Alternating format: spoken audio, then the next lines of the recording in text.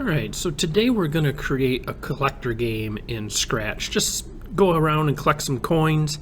So the first thing is I'm just going to go ahead and create my movement here. So let's say up arrow, and we want to go to motion.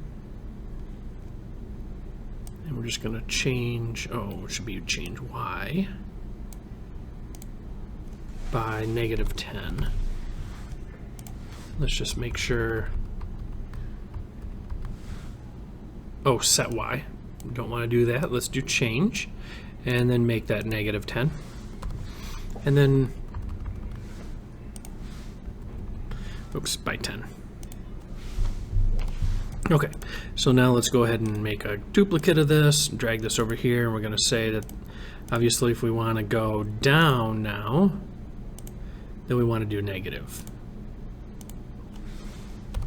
Okay, so click on that. We got up, we got down, and then we could do the same thing with the other arrows, but that is going to be a little bit different. We're going to use, instead of change the y-axis, we're going to change the x, and that's right here. And I believe that should be -10. Yep. And then we'll go ahead and duplicate that, drag that over here and make that right arrow, and we'll make that 10.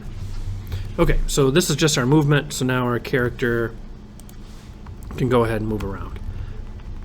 Alright, so now we need to find a coin that we're going to use, so we're going to go ahead and choose a sprite, see if we can find a coin. Maybe, maybe not. Guess we'll just let's grab this ball right here. Although it's got different colors, that would be kind of cool. We'll grab the ball. All right, so I could make a bunch of them right now and add, 15, 20 of them, however I have, but I really want to kind of add the code to this first. So let's go ahead and work on the code. So the first thing that we're going to want to do with the code is we want it to be on the green flag, so that when that green flag is clicked, it's going to do some checking for us.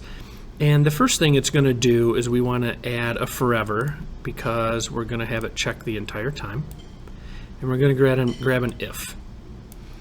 And we're going to say if it touches this ball, we want it to do something. So, and notice I did this in the coin. I could do this in the sprite, but it just makes more sense to use the coin, and I'll explain why here in just a second. So we're going to go over here, grab sensing, and we could say that if it's touching a character, okay, but just to make this super easy today, we're just going to do touching a color. It's not the best way to do this, but it will apply to all of our coins. So if I click on this and just tell it that I'm going to hit the middle, but notice all the different colors around that coin, so it's not going to be perfect. The better way to do this would be to, instead of using this, but to touch a specific sprite, but we're going to go ahead and go with that just to kind of keep this simple. And then we're going to add a variable in here as well, and we're just going to rename this one, and we're going to call it score. Actually, you know what, I better not do that. I'm going to go ahead and make a new one, make a variable, we'll call it score, and it's going to be for all sprites, because this is going to go into each and every one of the balls that we have here. And what will happen is when that character touches that, we're going to have it disappear, and we're going to have it go up and actually have like a scoreboard kind of thing count. So we're going to go and say that when we touch that color, actually since I have it in the ball, it's not going to work that way, so we are going to actually do character. That will make it way easier. So go back here to sensing, we are actually going to use that, not the color. So go ahead and click on this. We're going to say touching sprite 1. So when that ball is touching sprite 1, we want to go ahead and change our variable by 1. Not the my variable though, it's going to be score. And then we want the character to disappear. So we're going to use hide. Now you got to be careful with this. If I ran this right now and the character touched that and it hid, well, then we got to have a way to show it, right? So we're going to, when we hit the green flag, all of the objects that we have out here, if we keep this way, that will go ahead and show back up. So actually, if I hit the green flag right now, you can see I have the character.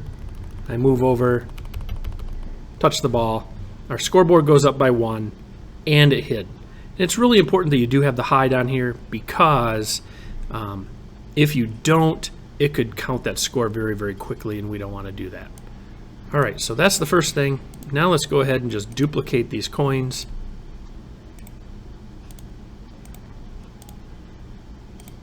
We'll just make 5 of them. Okay, and then we want to hit the green flag. And notice they're all right there, so we gotta have to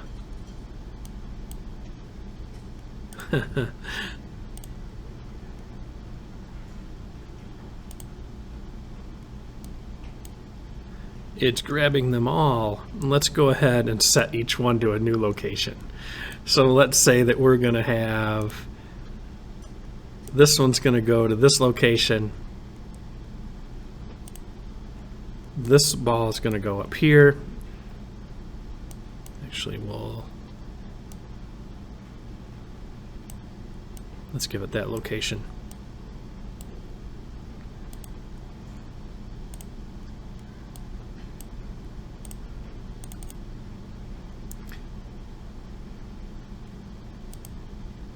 There we go. That's a little better. Don't know why they were hiding there. Now we don't need that go to at all. We'll just leave them in those locations. So now when we hit the green flag, oh, and we got to reset the scoreboard. So let's go down here to variables and say we're going to set the scoreboard to 0. So our scoreboard resets to 0. And now when we move the character, he can go ahead and take those, and they'll count for points. All right, so that's the first part of making a collector game. Super easy, and just you have a score here, and we just had 5. If you had a lot of them, think of like a Pac-Man, something like that. Every time you touch the coin, the score goes up, this coin disappears. Super, super easy, and you can apply this in many different ways. But this is what I found to be the easiest way in terms of just quickly putting it together. There are many other ways to do this, obviously, but this is just kind of a simple way to do that. Now, if you wanted to add a check to see if the game wins, well, then you want to add something else. So the first thing we want to do is we're going to use one of these operators right here, and we're going to say greater than. I'm just going to go ahead and bring out a green flag, and this can be on any of the characters. I'm going to go ahead and keep it in the main character, and we're going to use a forever with this as well. Though we could build this into like the left arrows and things to continually check, but I just like to build it under a green flag, hit the start button essentially, and it will check constantly. So we're going to use an if, and we're going to drag this over here, and we're going to notice the shape of these. So we're going to go to our variable and drag score, and we're going to say if score is greater than 4. Now we have 5 objects here that we're collecting. So we want to make sure that if you do 5 and we only have 5 of them, well, then it won't ever reach greater than 5. And you really, for the operators for this particular thing, I don't think you want to use the equal, because if things are happening really quickly and you have more than that, and let's say we had 10 objects on here and we have it set to 4 to equal to 4, and it's potentially it could miss that. I don't think it would, but if it were to go to 6 or go to 5 and it missed it, because for whatever reason something happened, went too fast, and you just didn't see it, the game would continue to run. Where if you did greater than 4, it's going to continually trigger that the game is over. And then we can just go ahead and say, you won. Okay, so if we add that element to it now, we collect 1, we collect 2, 3, we collect 4. We're waiting for our 5th, and we just collect that, and it says you won. So this is a really good way to kind of just add a score in there to check to see if they win, if they collect the certain number of items that you want them to collect. All right, hopefully that helps you with your coding, and good luck.